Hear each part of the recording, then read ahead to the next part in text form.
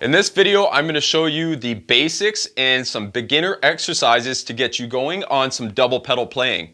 In this video, I'm also going to provide a few exercises that you will be able to download down in the description below as a PDF file. Let's get to it, shall we?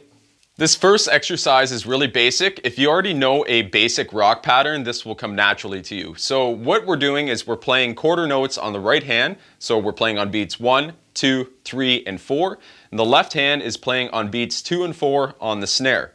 Our feet are playing eighth notes. Now, if you're new to double pedals, this might be a little washy at first, but you're playing 1 and 2 and 3 and 4 and between your right and left feet. Now, that's saying you're going to play it that way if you're a right-footed player, if you lead with your right foot, meaning you play with your right foot first and then follow with your left foot. But if you're left-footed, just reverse these patterns and this still applies. First, we'll play it at 80 BPM and then we'll speed it up to 120.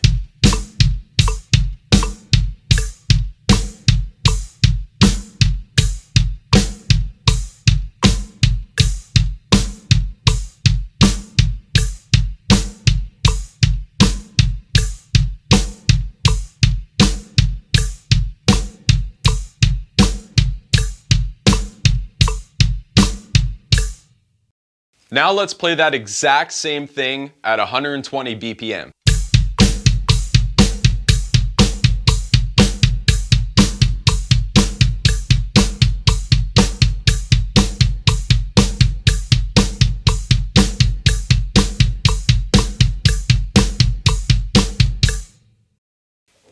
So if you're still having trouble playing that at 80 BPM, might I suggest that you reposition your feet on the footboards about halfway up. You don't want to go all the way too far close to the kick drum or too far back. You want to get the most amount of momentum by putting your foot in the center of the footboard.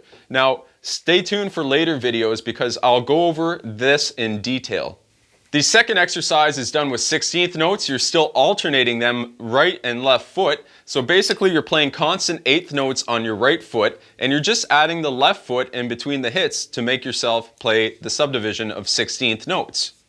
Like before, we're going to play the right hand on the hi-hats on the quarter note pulse and we're going to play the left hand on the snare on beats 2 and 4. Let's get to this exercise. We'll play it again, once at 80 BPM and a second time at 120 BPM.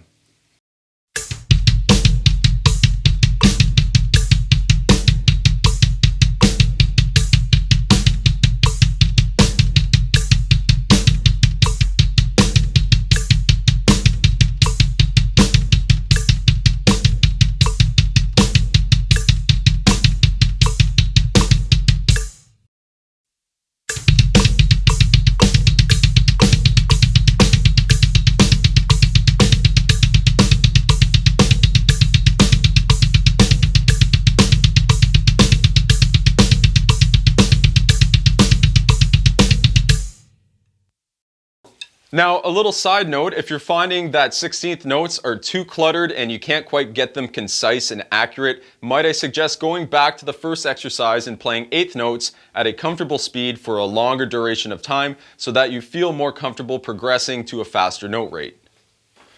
Those two examples I provided for you are the fundamentals of double bass drumming. Now, I can go into some more complicated stuff, but I'll save that for some later videos. You want to stay tuned for that. If there's anything in particular that you would like to know and would like me to do a video on, then please let me know down in the comments below and I'll try my best to accommodate your suggestions. Thanks so much for watching, and please, if you already haven't considered subscribing, smash that subscribe button and hit the notifications bell so you don't miss a thing. Thanks so much, and I'll see you on the next one.